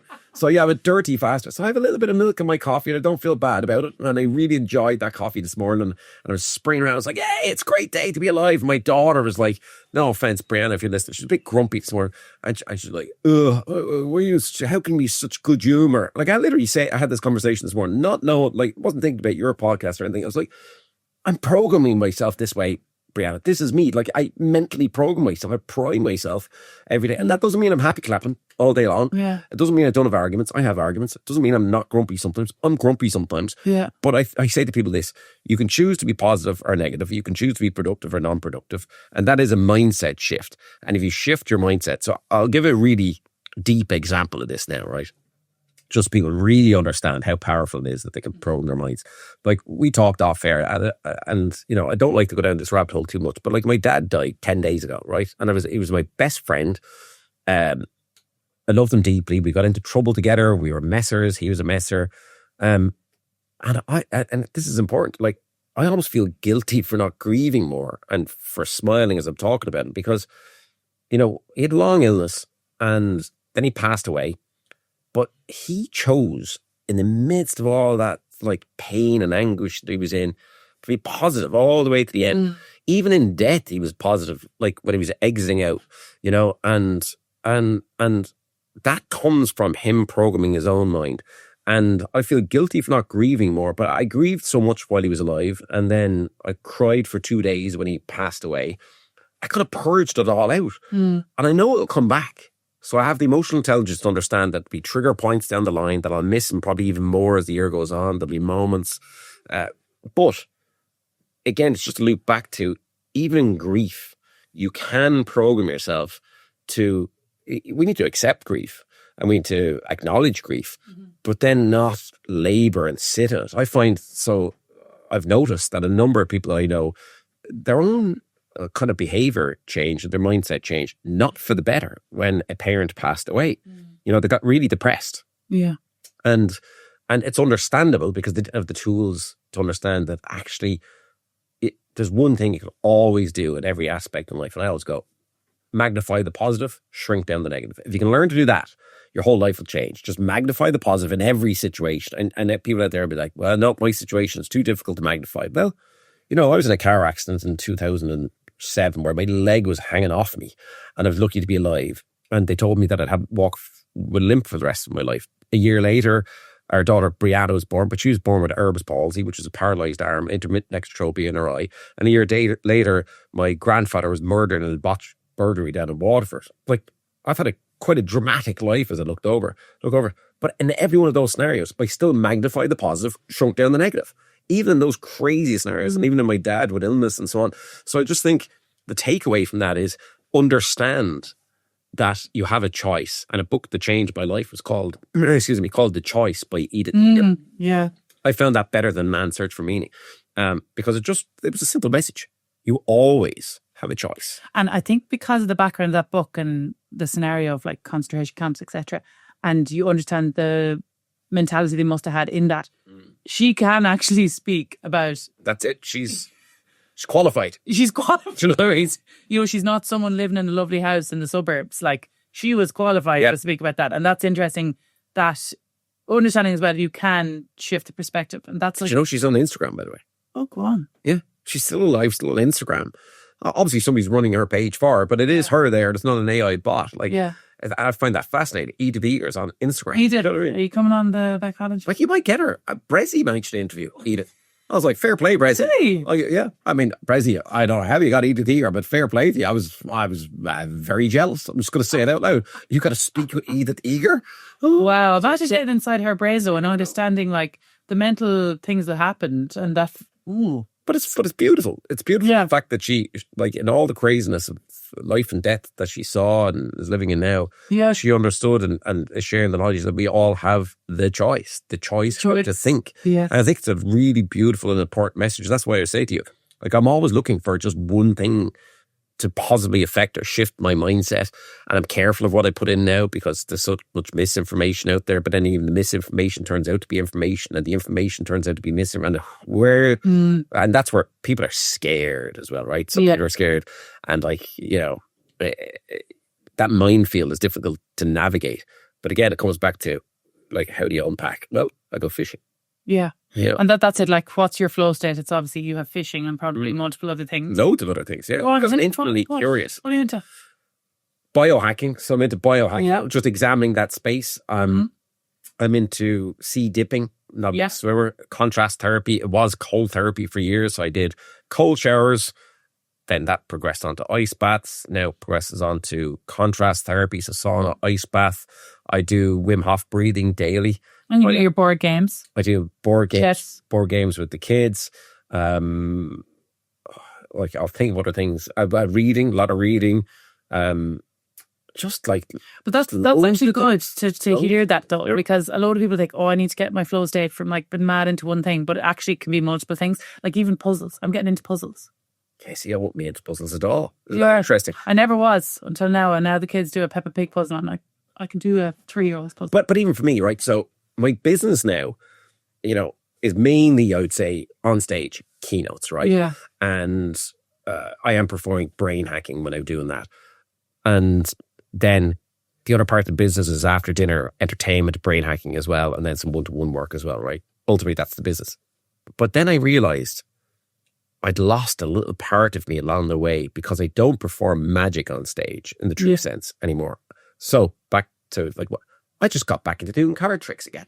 Yeah. There you go. Like, do you know what I mean? Yeah, and I was like, Jesus, why did I ever stop? Losing a part of me. Why did I ever stop doing card tricks? Oh, because Keith, it doesn't align with your brand. Like other people are saying that to me, and I'm saying that to myself as well because, you know, I need to be seen as this brain hacker. And there's something for the craft. Little moments. And then over here, I'm like, Jesus, I love card tricks. Yeah. Like, I'll do a card trick for you afterwards. I haven't taken card tricks. Oh, yeah. Great old card trick. Sorry, here's the thing before we go, right? I don't actually want to go. I feel like we could have one of them, you know, them 10-hour podcasts. Yeah. And like, we just go... Joe Rogan. It just goes on and on and on. Like, yeah, we need whiskies, weed, we need, like, we need all of it, right? Let's see what, like, eat all of Round 2 will be 10 hours. CBD. Haven't you a D in this room, honestly? Or what's THC? I don't know. Like, we need to have a whole other conversation about this brain hacking, or not brain hacking, the longevity, biohacking. Longevity is another one. Yeah, metabolic age and all that. Yes, okay, real quick. Have you any top tips on, what have you found in the biohacking space that you actually think, do you know what? I'd have something to do it? I'm actually living through a friend of mine, right? She's at the moment gone deep into it, and she goes up to Dublin every week and does the, you know, cryo chambers. Oh yeah, see, I don't like those. I prefer the ice bath. Yeah, okay, she does that. She also does... It's not cold enough for me, but anyway. Oh, right, okay, Iceman. She's also then like trying to get her metabolic age down. So she's doing things with nutrition of like, you know, like the sprouts, the intermittent fasting, playing around with that. What else is she doing? give me the drugs. So what drugs? She drugs. That's true. What are the drugs? I actually don't know. We mentioned earlier, like, so ask her about NAD plus. I'm really interested in this NAD plus that's been, but again, you're injecting it into your stomach fat. And I'm like, is that how you do that? Yeah. They say, so I've examined it enough to know. You know what we haven't even touched on is like the Ozempic and all the parts. Yeah. So I thought I'd be more interested in, well, first of all, I'm interested in from my opinion, on what it does to the mental state, right? Yeah. So I'm interested in I'm more interested in, you would probably be more versed on, like, just your opinion on, is it good? Like, it's a good idea, obviously, for clinically obese people, I would think. Yeah. I would think. But then all of a sudden, like, I Instagram, right? I went through Instagram. Kerry Katona. I have no idea. I know I've met Kerry many times. I have no idea if she's taking an Ozempic or not. I don't think she said. But she's gone from, like, size, whatever she was, down to like just like this Sharpie marker. And she's on the front page of all the magazines now saying, and she looks really well. But I'm wondering, and I don't know if it's a Ozempic or not, but there's a lot of people out there that we know are definitely taking a Ozempic. They're just shrinking. Yeah. And then I'm thinking, well, they definitely weren't stage 2 diabetic or whatever it is. No. And I'm like, is that such a good idea? It's interesting as well, because of course there's lots of benefits when you drop body fat, if, for certain reasons, but a lot of it to do, and they're looking at the long term, like trying to predict, is the bone density and the issues you'll come into with that. And then there's multiple other things. But just going off, my dad is type 2 diabetic and took it for a while and lost like 10 kg. But he said it was like the worst experience of his life in terms of nausea. And the man had just went through like radiotherapy, chemotherapy, and biopsy went wrong. So like he wasn't saying that lightly. And he said, like, in terms of nausea and the mental dip he found, because obviously a lot of days you're not really able to eat. Yeah. And he just thought it was horrendous in so many ways. So again, like everything, I'm like a robot. Everything is subjective. There's grey area to everything. I think for some people, of course, it's going to benefit, but also they're now looking at the 2 years after, when you're trying to take it, and the protocols that have to go in place. And a lot of them are mindset related, because you have to obviously completely change your behaviours and patterns in order to sustain that weight loss. But I always just wonder, why do they do that to begin with? And that's a whole other conversation. It's a whole other conversation. It's very complex, and I understand it's very complex, but then it all comes back down to one thing for me. Yeah. It's your subconscious mind. 100%. And as I said earlier on, like, my coaching has gone so, my sister's a clinical psychologist, both of my parents were consultant psychiatrists. All we can do is talk about like the mental aspect of it all. And I just find it so incredible that if you really focus on that, any coach in the world, if they really focus on that and they really understand the subconscious mind and the different behavior patterns of most people, you're really going to get amazing results out of clients in terms of behavior change long term. Because my clients, I instill the self-belief in them. I get them to have huge self-belief, and that's why they sustain the behaviours of talking years down the line, and they're still have these behaviours because of that aspect. And like, when you're dealing with a man or a woman is different, and just understanding that is like massive. And you're obviously the perfect person to speak to that about that, because you do it. It's your bread and butter. Yeah, well, like 99.9% of our DNA the same, but it's 0.1% that makes us unique. Yeah. Everybody's unique. Everybody has belief systems they hold on to from the past. Although, as I said at the very start, you don't have to be defined by those belief systems. A lot of people think that they do. You don't.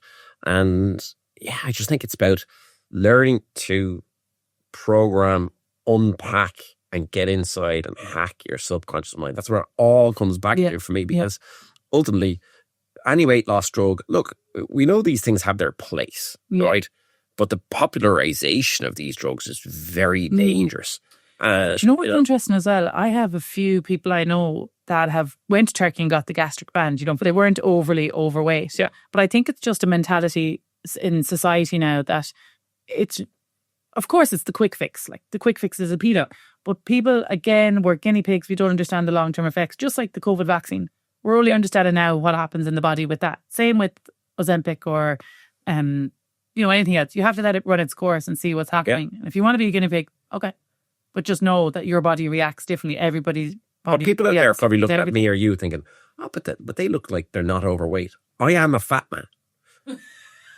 Look, I can speak to this. I'm a fat man. I need to break out. Right? There's a fat person in here trying to break out. Yeah. So my highest weight, I was about 17 stone. Yeah. Like that's definitely overweight for somebody my height. And I looked like a fat, overweight person, right? And anyway, it's plus not PC to say fat, but I'm talking about myself here, right? Yeah. It's not about anybody else, And I'm like, I'm definitely inside here. This fat man trying to break out, and I call him a fat man because I don't want to be that person. So I have to really watch I'm relating to this so much. I was in the 90 kg mark in college. Yeah. And now I'm like 70s, in the 70s. Yeah, and I'm not obsessed with my, like, back to weight. I'm not obsessed by weight. I'm watching it now at the moment because I've become comfortable at 89 kilos. But I know my happy spot without being shredded or ripped or any of that stuff. I'm not looking for that. Yeah. I just know my body feels good at 83. Yeah. But since COVID and since before COVID, I've been at 6 kilos over. Yeah. And in my head this year, I'm knocking that off. And it's not a New Year's Eve resolution as such. Yeah. I'm knocking that off. I said to you again off air, like I'd already knocked 3 kilos off in January and I put one back on. But now I'm back on. You're looking at the long game though. Yeah. And I'm not trying to lose it fast either. I am intermittent fasting. But again, I'm still having my big croissant at the weekends and my drinks and whatever it is. And I'll still eat some things during the week even that probably don't line perfectly with my diet. But overall, the mentality though is you saying it's not linear and I'm not going to do this perfectly. That's actually in essence what's going to make you succeed anyway. Yeah, because everything else to me is unsustainable. You know? There's no guilt involved then, and guilt is what usually sets us back. No, and I look at people online and I look at them more as my lab rats in my head, right? So I'm examining people, from a psychological standpoint. They're standing there. They're ripped and shredded and they're trying to sell something then off the back of that. And I'm like, oh my God, they have to be so miserable. They're not eating like anywhere near a nutritional diet. Oh, yeah. And then they sometimes put their diets up and like, second meal of the day is like, I don't know, like oatmeal with protein powder, maple syrup, sugar-free maple syrup, all this kind of stuff. And I'm like, Jesus, like you're in calorie deficit, which is what you're basically talking about. But by God, like they're definitely miserable behind the scenes. And then no one's talking about the fact that like the majority of these people, male or female, they're all on steroids. When I'm not, and by the way, I don't know enough about steroids except, the label that they've had for many years ago. Some people probably, I'd love to see you getting somebody on your podcast and speaking openly on steroids. I actually did have that conversation with a guy who's similar age to me, early 30s, a couple of months back. Yeah. And he was like, yeah, sure, I'm infertile now because I've been taking the roids since I was early 20s. And I was like, wow. He got tested because he realized, and I was like, wow, but he was very blasé about it and very like matter of fact about it. And my jaw was on the ground and I was like, people don't understand the effects of long-term use of certain things like that. But even like what you mentioned, like when we're talking about functional medicine and all that kind of stuff earlier, like what blows my mind is I go for like once over health check every year. Yeah. I get like the proper full health check. And I said to them last time, I said like I'm turning 48 this year. Like, shouldn't you? I said, it's extra here to get my testosterone checked. Yeah. I said, I probably should have my testosterone checked at this age. So I know, like, we talk a lot about hormones and hormones for females and males. And I thought, well, can I just tick that box? And he said, no. So he said, unless you've lost a lot of weight or put on a lot of weight, unless you're not really sleeping very well. And I look at you and you usually look fine to me. And you're just like, no. And I'm thinking, that can't be good. Like, surely I should have had my testosterone check. Do you know what I mean? And there's just small little things like that kind of bother me sometimes. It's like, I'm nearly 50. I should know what I just should know what the testosterone is in my body. I actually got a bit obsessed for a while. I had a few male clients initially because I was really interested in testosterone optimization for men. And I just like worked with some male clients and learned so much from how simplistic it is to optimize it for a man comparing to balance for a woman because, it's circadian health and infradian for women. And I was like, wow, like there's so much things that you're probably well aware of to do to optimize testosterone function. And a lot of people don't really understand them. And then you see all the young lad kind of bros at the minute who are like sinking Red Bull and Monster all day and drinking a load of, like fake protein stuff. And they're getting a really bad sleep. And I'm like, all the things you're doing are not helping your testosterone. See, I want to know, Maureen, because I have this funny feel. I think I probably have too much. I'm thinking, how can I get rid of some testosterone besides the obvious? Nobody ever says that. No man ever said. Honestly, I'm thinking, I think I just have too much testosterone. Morning raid, Maraid's like he does. Yeah. Our dinner. Yeah, but I think, and I but I'm so high octane. Yeah. Like all the time. I'm like people, like the number one question people ask me all the time is when they see me on stage. Where's your testosterone? So where do you get your energy from? And but that's why I think it's almost important. Actually, through this podcast, you just told us where you get your energy from. You're in the flow state regularly. You're doing something you love. You have a partner and kids. Like, your life is rich. Yeah. You get your energy from your passions and your purpose. Yeah, I guess. And of course, your diet, your sleep, and all the other bits. Yeah, look, and again, like, sometimes those things aren't on point, and sometimes, but I really don't find that my energy suffers that much, except like once or twice a year, like, I'll fully crash. Crash out. But I'll have that, that kind of, like, the one thing I'd say, look, we can talk forever, but like, the one thing I'd say is, there's going to be a little movement, I think, eventually at some stage about, like, men of my age. Like, I'm getting foggy brains these days, which I find them really starting to bother me, actually, now. And what I mean, I can't think of people's names. Yeah. And I'm like, Jesus, there's something wrong. I've got brain tumor or something like that. But actually, no, I think it's just an age thing. It's interesting. I actually had this conversation with a neuroscientist on the podcast about what happens in the brain as we age, or why the brain fog comes, but there's like multiple different reasons for that. But yeah, we need to shut up. This is actually ridiculous. So here's the thing, right? So I want you to finish. We'll finish up. Oh yeah, right? Yeah. So I want you to think of somebody that you haven't connected with in a while, somebody you'd like to reconnect with. Okay, and we need to do this a certain way for this to work. So I just want you to imagine a space between us. Like, look right here. Imagine a space between us, and imagine that this space is just the energy of that person. Just imagine that. Okay, just visualize that. Yeah, and imagine that space, that energy. Just give it a color. Give it a color in your mind, right? Okay. And what color is the ball of energy that you're seeing? Just roughly what color? Pink. Okay, interesting. Okay, just put out your hand like this, your left hand, and just push up towards that ball of energy, and imagine that pink ball of energy between your hands, and just tell me, can you feel it? Yeah. Okay, good. Now, here's the intro. I'm going to touch your hand. Is that okay? So just press your hand to mine and just imagine for a moment our two hands melting together, becoming one hand. Really imagine that. Yeah. And in a moment, I'll just separate our fingers and notice what happens. Just hold your hand there and watch your fingers as my fingers come away. And just imagine our two hands melting together. It's almost like a mirror image of your hand. Now watch what happens to your middle finger. Can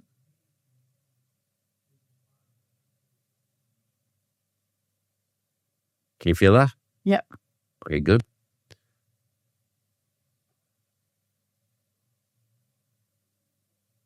Yeah, I'm sensing immediately that this is, you put your hand down now. That was to create a bridge between our minds. I'm sensing immediately that this person, that there's an almost a sense of that they feel like they're right on every occasion. Like, they're the person who's more argumentative, because they're not argumentative, but like that they would stick with their opinion even when they're wrong, if that makes sense. But I also sense that this person, are they older than you? No, same. Interesting, around the same age as you. So this is a person, I don't know why this is coming into my head, but something to do with a mountain. I don't know why that is, but something to do with mountains. So I don't know if they're climbing a mountain or they have climbed a mountain recently. But I'm sensing that with this pinkness and with kind of our hands gluing together, I don't know what the mountain's about, but I'm going to write down a name. And it's just a name that came into my head. Okay, I've written down a name. I'm just going to go with the first name is what I'm just getting. Now, there's no way I could know this name that you're thinking of, right? This person. Okay, just, I've written something down. As a matter of fact, I'll show it to this camera here so that they know I'm committed. Okay, name out loud. Maria. Yes. Who's Maria? She's actually a girl I went to college with. And when I first started the business, like a few years ago, she sent me a postcard. And it was such a kind postcard, and she has no social media, and I didn't have her number, and I never thanked her. And I was like, I really want to connect with Maria. She could easily be a person climbing a mountain. Yeah, I do. Well, reach out to her, find out after the 100%. And then you can put it up in your socials. I don't know why, but it's just something to do with it. Maria Buckley, by the way. Maria's listening. Hi, Maria. Buckley. Now you need to reconnect, give her a call. Mental. There we go. There's the mentors. Keith Barry, thanks so much. We could go on for another few days. Yeah, but the tide is coming in now, so I got to go. Jesus, get fishing quick. You've answered, I think, nothing I had prepared whatsoever. Something might have. I'll come back. Let's go back. But yeah, where can we find you? Yeah, so the main thing is, look, I'm popping up loads of tips on brain hacking and all of the different information that I have on how to hack the subconscious mind just up on Instagram, at Keith Barry on Instagram, or LinkedIn as well. Nice. It really is me up on LinkedIn. So I'm there every day, Keith Barry on LinkedIn. So Instagram or LinkedIn, hit me up. And I'd love to connect with whoever's listening. Great. Thanks so much, Keith. That was great. Thanks.